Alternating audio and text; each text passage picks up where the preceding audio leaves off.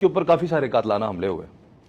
اگر کبھی کوئی کامیابی ہو گیا آپ کو قتل کرنے میں تو اس کے بعد یہ آپ کے جو فالوورز ہیں کیا یہ کسی فرقے کی شکل لے لیں گے؟ میرا تو کوئی فالوور ہے ہی نہیں دنیا میں.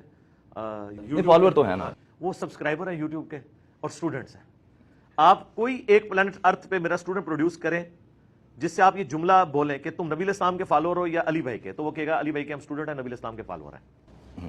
تو یہ ہم نے ان کی تربیت کی ہے. جس طرح بریلوی دیوبندی اہل حدیث نے اپنے فرقوں کے نام یاد کروایا نا, ہم نے ان کو کچی جماعت سے یہ بات پڑھائی ہے کہ فالوور آپ نے اس کا بننا ہے جس کی قبر مدینے میں ہے صلی اللہ علیہ وآلہ وسلم. کسی شخصیت کو بت نہیں بنانا. دوسری میں آپ کو بات بتاؤں, یہ جو آپ کو خطرہ لاحق رہتا ہے نا لوگوں کو, اور بڑا یعنی درد دل سے یہ چیز بیان کرتے ہیں کوئی فرقہ نہ بن جائے.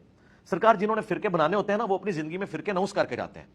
وہ کتابیں لکھ کے بتاتے ہیں کہ یہ ہمارا فرقہ ہے, آپ نے اس کو فالو کرنا ہے. مدرسے قائم کر کے جاتے ہیں. 1866 میں دیوبند مدرسہ بنا, اس سے پہلے حنفی اپنے آپ کو دیوبندی نہیں کہتے تھے.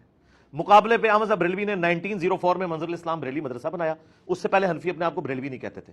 پھر کتابیں لکھی, حسام الارمین لکھی اعلیٰ حضرت نے, اس کے جواب میں خلیل احمد سہارنپوری دیوبندی نے لکھی المحند المفند, اور ایک دوسرے کے اوپر کفر کے فتوے لگائے. دونوں نے اپنے پلیٹ فارم لادا کیے, جس طرح میکڈونلڈ کے ایف سی ہے, اور یہ بالکل بلکہ یہ تو بہت بہتر ہے میکڈونلڈ کے ایف سی, کم از کم ایک دوسرے کو کافر تو نہیں کہتے, ٹھیک ہے, عزت سے اپنا مقدمہ ایک دوسرے کے سامنے رکھتے ہیں. یہ تو ان کو پیچھے چھوڑ گئے.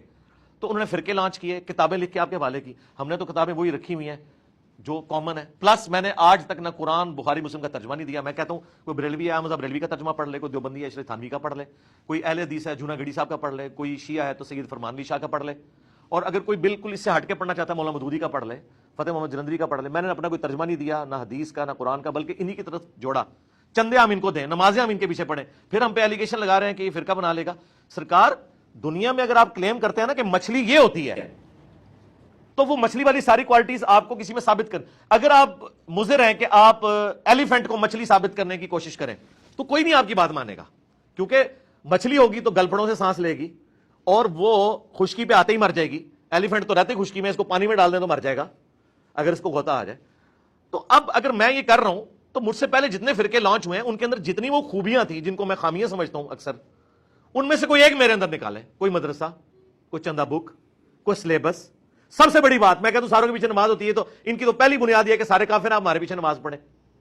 تو میں تو کچھ بھی نہیں کر رہا. اس کے باوجود وہ گالی جو آپ ایک دوسرے کو دیتے ہیں ہمیں تو نہ دیں, تو بڑی سخت زیادتی والی بات ہے نا, کہ وہ ساری جو بری چیزیں جو آپ فرقوں میں موجود ہوتی ہیں, یہ چلے کوالٹیز آپ کی نظر میں, ان میں سے کوئی ایک چیز بھی میرے حق میں نہیں ہے کہ آپ ثابت کر کے مجھے اس کیٹیگری میں فال کروائیں. رہ گئے ہمارے اسٹوڈنٹس, تو میرے بھائی ہمارے اسٹوڈنٹس اپنی زندگی میں ہی وہ اپنے پوائنٹ آف ویو لوگوں کے سامنے رکھ رہے ہیں, وہ آپ کے سامنے ہیں, وہ قرآن و سنت پیش کرتے ہیں. وہ یہ تو کہتے نہیں علی بھائی نے کہا. ہمارے جتنے لوگ ویلاگز بنا رہے ہیں, ہاں یہ ضرور ہوتا ہے کہ اگر میرے اوپر کوئی الزام لگاتا ہے تو وہ یہ کہتے ہیں کہ علی بھائی نے یہ نہیں کہا تھا, علی بھائی نے تو یہ آیت حدیث پیش کی تھی, آپ نے جھوٹا الزام لگایا. میری ذات کو کبھی کوئی ڈیفینڈ کرنے کے لیے نہیں آیا. ہمیشہ جو ہم نے قرآن و سنت سے تعلیمات رکھی اس کو لوگ ڈیفینڈ کر. لیکن ادھر لوگ ذات کو ڈیفینڈ کرنے آتے ہیں. وہ کہتے ہیں جی اعلیٰ حضرت کی اتنی خدمات ہیں, اشرف تھانوی کی اتنی خدمات ہیں. ہم کہتے ہیں یار اس نے یہ لکھا ہے, ٹھیک ہے, وہ کہتے ہیں اس کو چھوڑ دیں آپ. یعنی اعلیٰ حضرت نے لکھا ہے کہ دیوبند اور اہل حدیث کی مسجدیں مثل گھر کے ہیں, کفار کی مساجد, یہ لفظ لکھا ہے انہوں نے. ہم نے تو نہیں کبھی کہا کافر کا. تو یہ شخصیات کو ڈیفینڈ کرتے ہیں. ہم صرف ایک شخصیت کو ڈیفینڈ کرتے ہیں جس کی قبر مدینے میں ہے صلی اللہ علیہ وسلم. باقی ہر شخص کا احترام کرتے ہیں, لیکن اختلاف رائے کریں گے. جہاں گستاخی ہوگی وہاں ذرا سخت الفاظ میں کریں گے.